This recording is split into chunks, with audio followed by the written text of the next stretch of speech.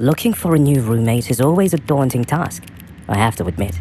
Even though you interview and take the time to get to know that person, you don't truly find out who they are until you start living with them.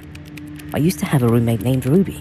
I was contacted a couple of hours after placing an ad on the Facebook Marketplace. The message read, "Hey, I'm Ruby. I'm an apprentice chef, and I'm looking for someone new as my roommate moved into LA this year. I don't have much stuff except for the freezer I'm using for my work. I hope you don't mind." My first and most obvious reaction after reading the message was to check her profile. She had long, messy blonde hair and green eyes in her profile picture. I smiled to myself and decided to send her a message. By stalking Ruby's newsfeed, I expected her to be a pleasant person, and she actually was. Besides, she also cooked delicious food that I loved. One day I got home around midnight. Dog-tired after a long day at work, Ruby's room was dark. She's probably been asleep for a while. I was craving a peanut butter and banana sandwich, so I reached the kitchen area. I opened the fridge and grabbed what I needed. Fortunately, in the cupboard, there were exactly only a few slices of sandwich, a ripe banana, and peanut butter. I took all those things and left the fridge empty. As I turned around, I stubbed my toe on the edge of the island countertop. It felt like an electric current passed through my body. Ouch! I couldn't help but growl, hoping my toes wouldn't bleed. As I raised my head back up, it was greeted by a shadowy figure. Ruby was standing in the doorway, leading to her room. The darkness behind her almost seemed to envelope her. "Is everything okay?"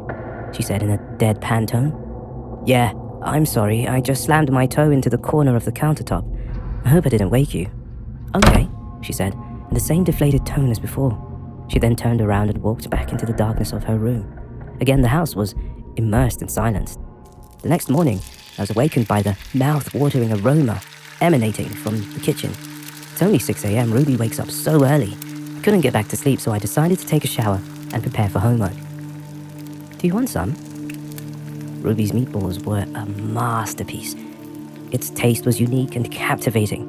I asked Ruby many times which animal has such tasty meat, but the answer was always, "It's my secret recipe."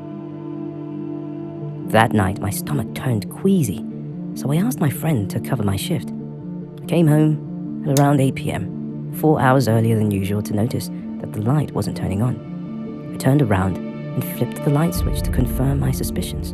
Sure enough, the power was out. I walked over to Ruby's room and knocked on her door to tell her about the power outage and asked if she had dinner, but there was no answer. She might be out for dinner, I thought. When I finally emerged from my room, I walked into the kitchen to see what I could eat. Just when I remembered, I emptied the fridge last night. I tripped, fell to catch myself at the countertop, ending up on the ground.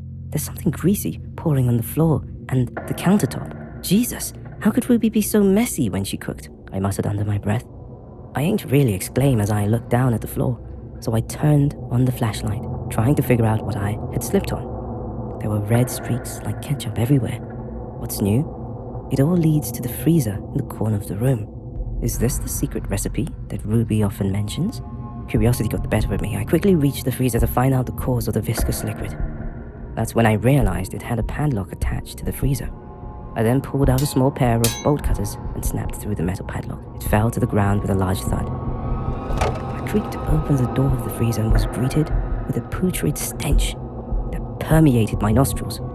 Inside were so many bags of fresh meat that Ruby had divided into small portions. As I was rummaging through, my hand suddenly touched something. Although being burned by the cold of the ice, I still tried to peer inside. Oh my God!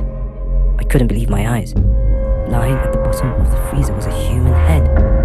Large, milky white eyes, a swollen black tongue surrounded by cracked and bloated lips. An ear was gone, leaving a ragged, fresh cut. My mind reels, horror overwhelms me. It didn't take long for the nausea to hit, but before I could regain my senses, I heard the sound of a key sliding into a lock. Ruby was back. I quickly closed the closet, just in time for Ruby to enter the house. "You?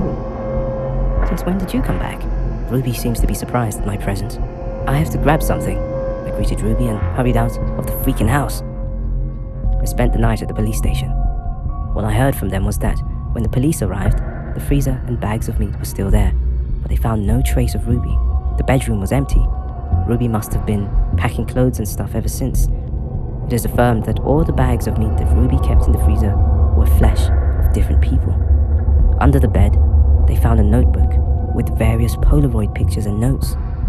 The The most recent page is a picture of me, sleeping.